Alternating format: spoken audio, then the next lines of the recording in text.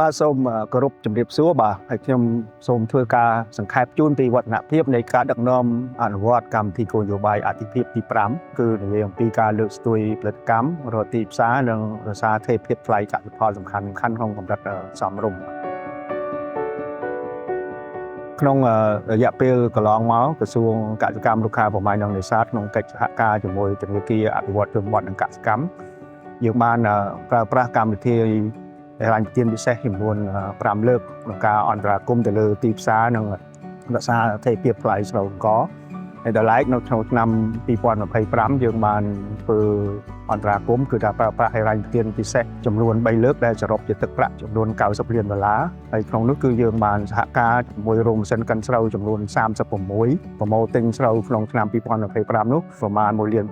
តោនដែលក្នុងនោះគឺស្រូវប្រហែលជាកន្លះលានតោនគឺជាស្រូវការរំដួលដែលជាស្រូវអង្ករបណ្ឌិតរបស់ជាតិរបស់យើងជាលទ្ធផលគឺយើងអាចនិយាយតម្លៃបានថា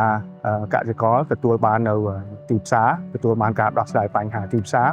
ហើយជាពិសេសយើងអាចរក្សាថេរភាពថ្លៃស្រូវការរំដួលក្នុងកម្រិតរង្វង់ 1000 រៀលក្នុង1គីឡូហើយយើងសង្កេតឃើញថាកសិករកាន់តែច្រើនងាកមកចាប់អារម្មណ៍មកផលិតស្រូវការរំដួលនៅរដូវខាងមុខនេះគឺដៅខាងមុខក៏យើងបន្ត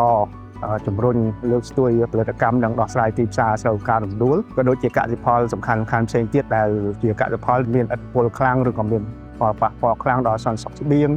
ជីវភាពកសិករនិងសេដ្ឋកិច្ចជាតិយើងបាទ